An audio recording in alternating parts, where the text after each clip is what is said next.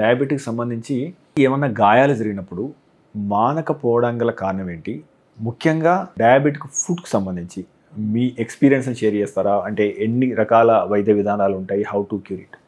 అంటే దీంట్లో డయాబెటిక్ ఫుడ్కి మనకు డయాబెటిక్ ఫుడ్లో గాయాలు రావడానికి కారణాలు అంటే డిఫరెంట్ కారణాలు ఉంటాయండి. కొందరు ప్రెషర్ అల్సర్స్ అంటాం, అంటే కామన్గా డయాబెటిక్ ఫుట్ అల్సర్స్ అంటాం. అంటే 70% ఆఫ్ డయాబెటిక్ ఫుట్ అల్సర్స్లో రక్త సరఫరా వరకు ఇబ్బంది ఉండదు.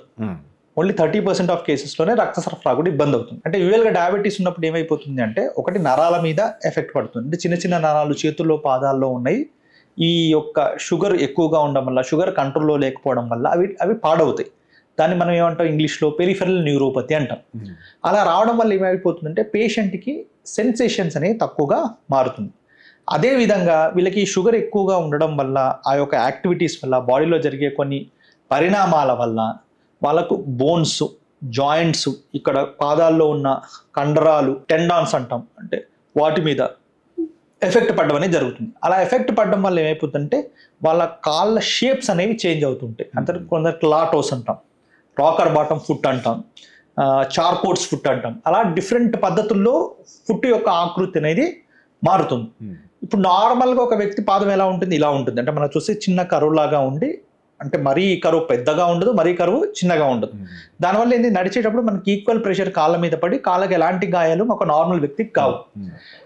ఈ ఫుట్ షేపులు డిఫరెంట్ షేప్స్లోకి వెళ్ళిపోవడం వల్ల నార్మల్గా వాళ్ళకి ఏంటి, ఎక్కడెక్కడైతే ప్రెషర్ పడుతుందో అక్కడ గాయాలు వచ్చే అవకాశాలు ఎక్కువగా ఉంటుంది. అంటే షేప్ ఫుట్ది మారడం వల్ల.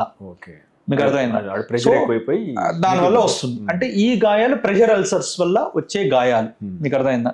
సో ఈ గాయాలకు ట్రీట్మెంట్ ఏంది, ఆ గాయం రాకుండా ఎలా మనం చూసుకోవాలి, ఇన్ఫెక్షన్ రాకుండా ఎలా చూసుకోవాలి అనే దానికోసం దీని ట్రీట్మెంట్ ఉంటుంది. ఇంకోటి ఇష్కిమిక్ అల్సర్స్ అంటాం. అంటే డయాబెటిక్ ఫుట్ అల్సర్స్లో 30% ఆఫ్ అల్సర్స్ అవి మెయిన్గా రావడానికి కారణం ఏంటంటే రక్త సరఫరా సరిగ్గా లేకపోవడం వల్ల.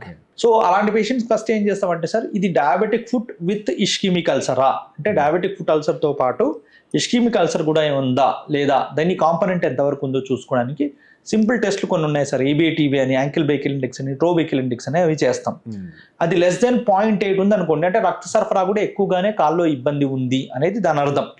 దాని ప్రకారం మనం ఏం చేస్తాం, CT స్కాన్ చేయించి రక్త సరఫరాలో ఎక్కడ బ్లాకేజెస్ ఉన్నాయి, తొడ భాగంలో బ్లాకేజెస్ ఉన్నాయా, మోకాలి కింది భాగం ఉన్న బ్లాకేజెస్ ఉన్నాయా చూసుకొని, మళ్ళీ ఇందాక మీకు చెప్పినట్టు ఆ పేషెంట్ ప్రొఫైల్ ప్రకారం ఈయనకు ఓపెన్ బైపాస్ సర్జరీ చేయాలా, యాంజియోప్లాస్టీ స్టంటింగ్ చేయాలా అనేది ఆ ఇండివిజువల్ పేషెంట్ బట్టి మన డెసిషన్ తీసుకోవడం అనేది జరుగుతుంది. ప్యూర్లీ డయాబెటిక్ ఫుట్ అల్సర్స్కి వస్తే దానికి డయాబెటిక్ ఫుట్ కేర్ అని మళ్ళీ అది సపరేట్ టాపిక్. అంటే దానికి కస్టమైజ్డ్ ఫుట్ వేర్ తయారు చేయించుకోవడాలు, దానికి తగ్గట్టు ఆ గాయం మానడానికి స్పెషల్ డ్రెస్సింగ్స్ చేయడాలు, కొంత అత్యాధునికమైన టెక్నిక్స్ కూడా కొన్ని ఉంటాయి గాయం మార్చుకోవడానికి. అలాంటివి కూడా రెగ్యులర్గా ఫాలో అవుతూ ఉంటాం. మీరు తీసుకునే అదే మందులు, అదే నాణ్యమైన మందులు, కానీ సగం ధరకే. అవును, మెడ్ ప్లస్ బ్రాండ్స్ పై 50 to 80% తగ్గింపు.